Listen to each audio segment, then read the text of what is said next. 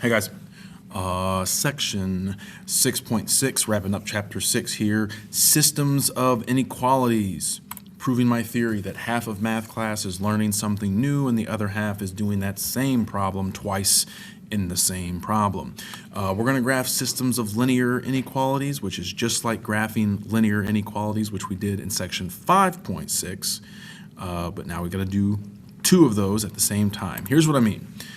First, definition, we have two inequalities with two variables. Basically just means we have an x and a y, but we're going to graph them at the same time. And just like where previously we were graphing two lines to see where they were intersecting, here we're going to graph two inequalities and see where they overlap. So let's say I have y is greater than 2x plus 4. Graph my y-intercept at 4. I have a slope of 2, so I go up 2 over 1. Excuse me, it'd be right there, or down 2, back 1. Do a dotted line because it's greater than, not greater than or equal to, and then shade above because it's greater than, not less than. You guys remember all that from section 5.6? If you don't, pull those notes out. They're all the same. Because now, not only are you going to do it there, you're also going to do it here. Here's another example. This is y is less than or equal to negative 1/2 x plus 2. Y-intercept of 2, slope of negative 1 over 2, negative 1 over 2. Count out your slope, draw a solid line because it's less than or equal to, okay? And then shade below because it's less than, not greater than, okay? So you kind of see all four of our possibilities between these 2 points, which is great, because this was in section or chapter 5, and this was in chapter 5, and in chapter 6, if my big head gets out of the way, we're doing both at the same time. Y is greater than 2x plus 4, and y is less than or equal to negative 1/2 x plus 2. So this is what your homework is going to look like. You're going to graph two lines. You're going to shade for two of those lines, dotted line, solid line for both of them. But when you do the shading, you'll notice in this particular region, I've got both colors showing up. I've got the red and the green. And usually when I'm doing this by hand, I kind of like will shade one vertically and then shade the other one more horizontally. And wherever I see the kind of crisscrossing pattern that's extra dark because it's got two inequalities worth of lines drawn on it, that's the one I say, ooh, where they're overlapping, that's my solution set. Because if you remember, the idea here is that everything in the red makes this inequality true. Everything in the green makes this inequality true, and everything here where they're both overlapping makes both of them true. And just like we talked about with and inequalities, I need the region that makes both of these inequalities true. So when you're doing your homework, make sure that you're making it really clear there's an overlap happening here. Just shade a little bit above, shade a little bit below, but then when you see where they cross, that's the part you want to make it, oh yeah, that's my solution set. So we're going to go over to Desmos again, and we're going to do some examples here, just so you can kind of know what to expect when you're doing this. First example, and I believe there's space in your packets to copy these examples down. If they're not perfect, it's fine. I'm cheating because I'm using Desmos for the whole thing. Your homework will make you do all this by hand. I know, I'm the worst. But all these should match. Yep, just double checking. Those three examples I just did match as well. Cool. Here's the first one from the packet. We have x is greater than or equal to 4.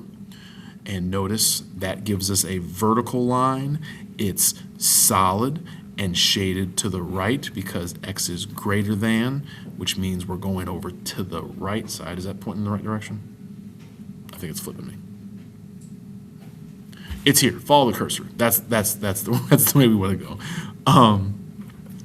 Then we put in our next line, which is y is less than or equal to negative 3. Oh, sorry, x minus 3. Excuse me. And this one you actually got a graph, right? So you got a y-intercept of negative 3. You have a slope of 1, so you're going up 1, which for this one, yeah, up 1 over 1, up 1 over 1. I'm going to zoom out just a little bit to make those, there we go. Up 1 over 1, up 1 over 1, up 1 over 1. And yeah, we're shading below for that one because it's less than or equal to, solid line because of the or equal to, so we're shading below it.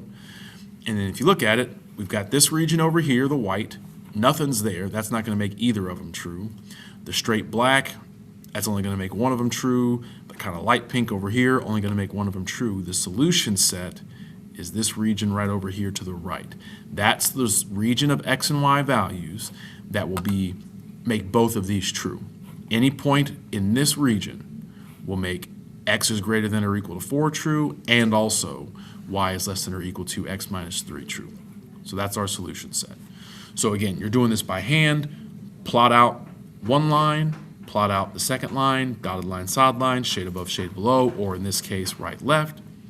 And then wherever your overlap is, that's your answer. Okay? Giving you a minute. I know I can graph these really fast because I just got to type them in. I want to make sure you guys have time to catch up. And then let's do another example. Here's another one.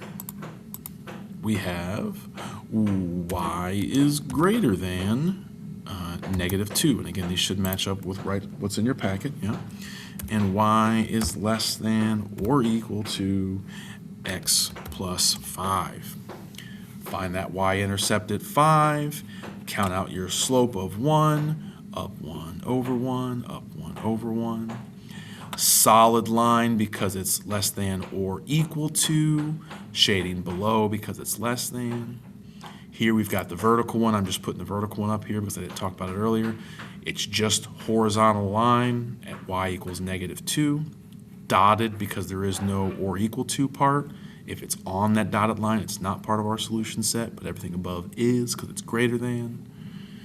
And then when I turn these both on, you can see I kind of get four situations again. No solutions over here at all. Doesn't make either true.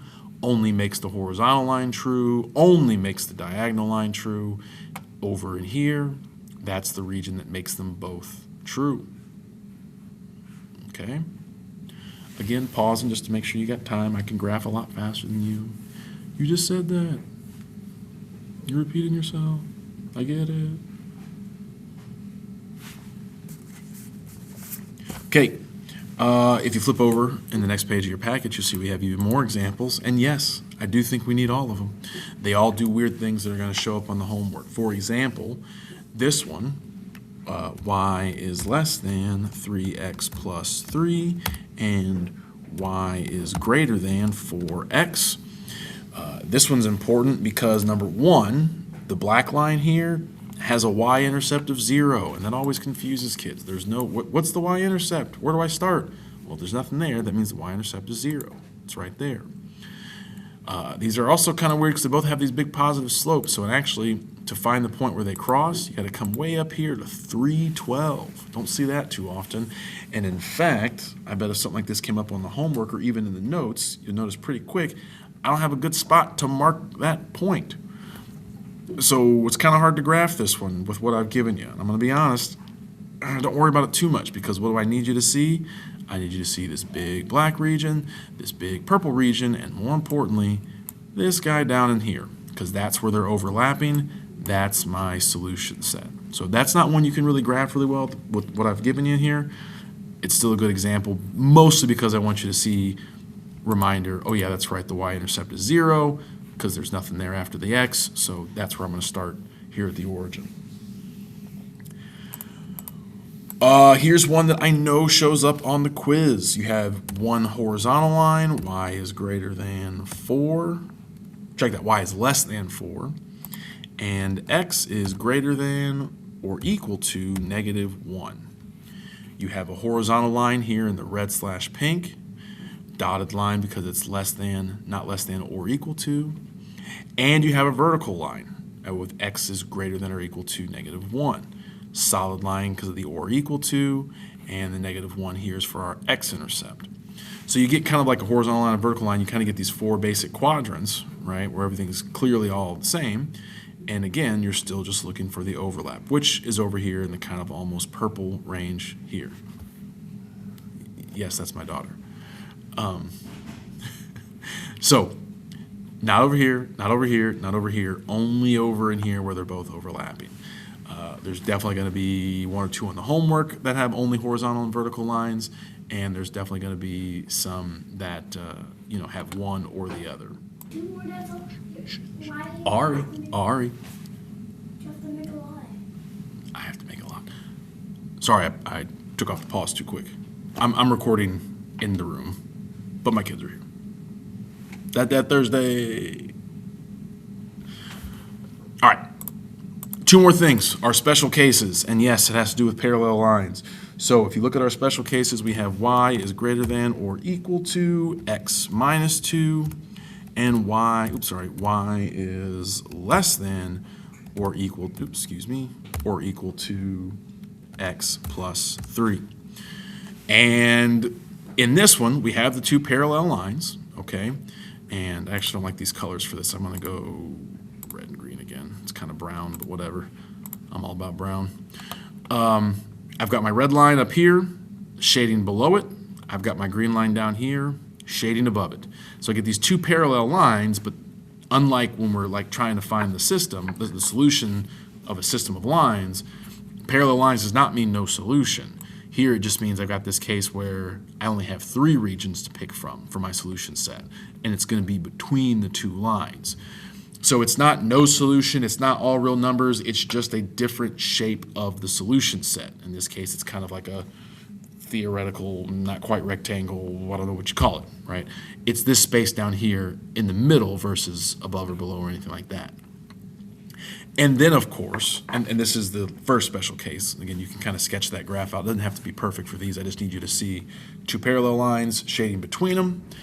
And then the other thing that we can have happen is the last example. Y is greater than or equal to 2x plus 2. There we go. I just can't type. There we go. And y is less than or equal to 2x minus 3. Okay? Here, again, looking for the spot where they overlap, but because I have to shade above the black line because it's greater than, and below the red line because it's less than, there is no overlapping region. So this would be our no solution case. Okay, this is the one time that'll happen, and we just have to be wary of that because we can still have some no solutions, which is something that we didn't have to deal with in Chapter 5 because we weren't worried about any overlap. We just needed to show above or below. In this case, since I need it to be true for both of them, if there's no overlap, we call that a no solution. Okay? All right, a lot of information in that one, but you should be relatively set up for the video, or from the video for the notes. As always, if you have any questions, email me, reach out to me, or next time you see me. But otherwise, do your best. I love you, and we will see you next time.